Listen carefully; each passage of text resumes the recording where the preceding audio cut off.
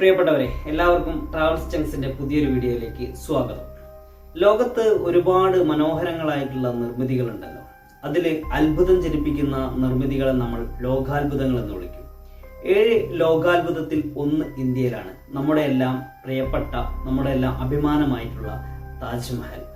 എന്നാൽ ഇന്ത്യയിലെ അത്ഭുതകരമായിട്ടുള്ള നിർമ്മിതികളിൽ താജ്മഹൽ മാത്രമാണ് അല്ല, ഒട്ടനവധി അത്ഭുതകരമായിട്ടുള്ള വാസ്തുശില്പങ്ങളുള്ള ഒരു നാടാണ് നമ്മുടെ ഇന്ത്യ. അത്തരത്തിലുള്ള ഒരു പ്രധാനപ്പെട്ട ഒരു നിർമ്മിതിയെക്കുറിച്ചാണ് ഞാൻ ഇന്ന് വീഡിയോ ചെയ്യാൻ പോകുന്നത്. യുനെസ്കോയുടെ ലോക പൈതൃക പട്ടികയിൽ പ്രത്യേക ഇടം നേടിയിട്ടുള്ള കൊണാർക്ക് സൂര്യക്ഷേത്രത്തെക്കുറിച്ചാണ് ഞാൻ പറയാൻ പോകുന്നത്. സൂര്യക്ഷേത്രങ്ങൾ എല്ലായിടത്തും കാണാൻ നമുക്ക് കഴിയില്ല. അത് ഒരു പ്രത്യേക സ്ഥലത്ത് ഈ സമയം, അതേപോലെ സൂര്യന്റെ ചലനങ്ങളൊക്കെ ആയിട്ട് ബന്ധപ്പെട്ട് കിടക്കുന്ന ക്ഷേത്രങ്ങളാണ്. അതിൽ പ്രധാനപ്പെട്ട ക്ഷേത്രമാണ് ഒറീസ സംസ്ഥാനത്ത് പുരി ജില്ലയിൽ സ്ഥിതി ചെയ്യുന്ന കൊണാർക്ക് സൂര്യക്ഷേത്രം. ഏതാണ്ട് 13-ാം നൂറ്റാണ്ടിൽ നിർമ്മിക്കപ്പെട്ടു എന്ന് കരുതപ്പെടുന്ന ഈ ക്ഷേത്രം ഒരുപാട് പ്രത്യേകതകൾ നിറഞ്ഞ ഒരു ക്ഷേത്രമാണ്. ഹിന്ദു ആചാരപ്രകാരമുള്ള ക്ഷേത്രമാണ്. എന്നിരുന്നാലും ഒട്ടനവധി അത്ഭുതങ്ങൾ ഒളിപ്പിച്ചിട്ടുള്ള ആ ക്ഷേത്രത്തെക്കുറിച്ചാണ് ഞാൻ ഇന്നത്തെ വീഡിയോയിൽ പറയാൻ പോകുന്നത്. 10 രൂപ നോട്ടിൽ കാണുന്ന ചക്രം ഉണ്ടല്ലോ, അത് കൊണാർക്ക് സൂര്യക്ഷേത്രത്തിലെ ചക്രമാണ്. അതിന്റെ ചിത്രമാണ് അത് 10 രൂപ നോട്ടിലുള്ളത്. ഏതാണ്ട് 13-ാം നൂറ്റാണ്ടിൽ നരസിംഹൻ ഒന്നാമൻ നിർമ്മിച്ചതാണ് ഈ ക്ഷേത്രം എന്ന് പറയപ്പെടുന്നു. അന്ന് ഭാരതത്തിലുള്ള പ്രധാനപ്പെട്ട എല്ലാ ശില്പികളെയും കൊണ്ടുവന്ന് അതിമനോഹരമായിട്ടുള്ള രീതിയിലാണ് ഈ ക്ഷേത്രം പണി കഴിപ്പിച്ചിട്ടുള്ളത്. ഇതിൽ ചുണ്ണാമ്പോ സിമെന്റോ ഒന്നും ഉപയോഗിച്ചിട്ടില്ല. ലോകപ്രശസ്ത കവി, നമ്മുടെ പ്രിയങ്കരനായ കവി രവീന്ദ്രനാഥ ടാഗോർ പറഞ്ഞിട്ടുള്ളത്, കല്ലുകൾക്ക് കഥ പറയാനുള്ള ശേഷിയുണ്ടെങ്കിൽ അതെനിക്ക് ഇവിടുന്ന് കേൾക്കാമായിരുന്നു.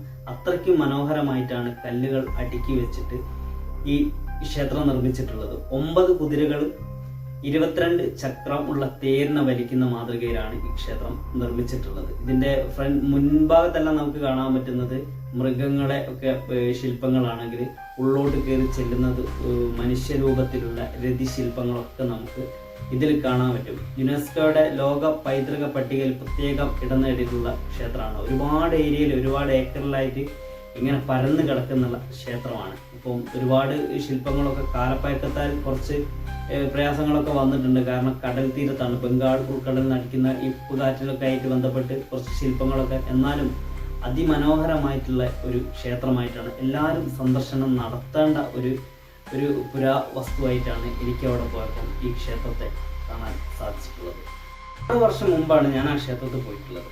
അപ്പോൾ ഒന്നും അറിയില്ല ഇത്രയും പ്രാധാന്യം അർഹിക്കുന്ന ഒരു ക്ഷേത്രമാണെന്ന്. കാഴ്ചയിൽ ഗംഭീരം തന്നെ, ഒരു രക്ഷയില്ല. ഒരുപാട് ഏരിയയിൽ, ഒരുപാട് ഏക്കറിലായിട്ട് ഇങ്ങനെ പരന്നു കിടക്കുന്ന ക്ഷേത്രം. നമ്മളവിടെ കയറി ചെല്ലുമ്പോൾ തന്നെ കാണുന്നത് മനോഹരമായിട്ടുള്ള ഒരു പ്രതിമയാണ്. 2 ഭാഗത്തും പ്രതിമ ഉണ്ട്. അതിൻ്റെ കവാടം, സിംഹം, ആന, മനുഷ്യൻ, അത് ഒരുപാട് കാര്യങ്ങളൊക്കെ സൂചിപ്പിക്കുന്നതാണെന്ന് പറഞ്ഞു. അതുകൊണ്ട് തന്നെ ഇതിൽ രാവിലെ സമയം കണക്കാക്കാൻ കഴിയുന്നൊരു ക്ഷേത്രമാണ് ഇതെന്നാണ്. കാരണം ഉദയസൂര്യന്റെ നേല് വരുന്നത്, അതേപോലെ ഉച്ച സമയത്ത് നേല് വരുന്നതും വൈകുന്നേരത്തെ നേല് വരുന്നതൊക്കെ ആയിട്ട് ബന്ധപ്പെട്ട് ഇത് ഈ ക്ഷേത്രം കൊണ്ട് പല ആംഗിളിൽ നിന്ന് ഒരു ദിവസം നമുക്ക് ഇതിൽ കണക്കാക്കാൻ പറ്റും എന്നൊക്കെ പറയപ്പെടുന്നു. ഒരുപാട് വാസ്തുപരമായിട്ടുള്ള വൈവിധ്യങ്ങളുള്ള ഒരു ക്ഷേത്രമാണ്. വിദേശികൾ ഈ ക്ഷേത്രത്തെ ബ്ലാക്ക് പഗോഡ എന്നാണ് വിളിക്കുന്നത്. ഇത് പഴയ ഗംഗ രാജ്യത്താണ് നിർമ്മിക്കപ്പെട്ടത്. 1200ഓളം വിദഗ്ധ തൊഴിലാളികൾ 12 വർഷം അക്ഷീണം പ്രയത്നിച്ചിട്ടാണ് ഈ മനോഹരമായിട്ടുള്ള ക്ഷേത്രം പണിതിട്ടുള്ളത്. നമ്മൾ ആദ്യം പറഞ്ഞല്ലോ, ഇത് ഒരു രഥത്തിന്റെ മാതൃകയിലാണെന്നുള്ളത്.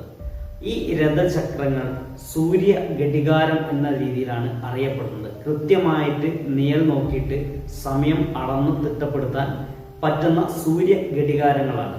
പിന്നെ ഇതിന്റെ ഉദയസൂര്യന്റെ പ്രഭാത കിരണം ഇതിന്റെ പ്രതിഷ്ഠയുടെ കൃത്യം മുകളിലായി വരുന്നു പറയപ്പെടുന്നു. അങ്ങനെ ഒട്ടനവധി പ്രത്യേകതകളുള്ള ഒരു നിർമ്മിതിയാണ് ഈ കൊണാർക്ക് സൂര്യക്ഷേത്രം. പ്രിയപ്പെട്ടവരെ, നല്ല നല്ല വീഡിയോസുമായിട്ട് നമ്മൾ വരും. അപ്പോൾ ഇനിയും സബ്സ്ക്രൈബ് ചെയ്യാത്ത എൻ്റെ പ്രിയപ്പെട്ട സുഹൃത്തുക്കളുണ്ടെങ്കിൽ ചാനൽ ഒന്ന് സബ്സ്ക്രൈബ് ചെയ്യുക. അതേപോലെ തന്നെ ഈ വീഡിയോ ഷെയർ ചെയ്യുക, നിങ്ങൾ ലൈക്ക് ചെയ്യുക, അഭിപ്രായങ്ങളൊക്കെ തന്നെ അറിയിക്കുക. അപ്പോൾ നമുക്ക് അടുത്ത വീഡിയോയിൽ കാണാം.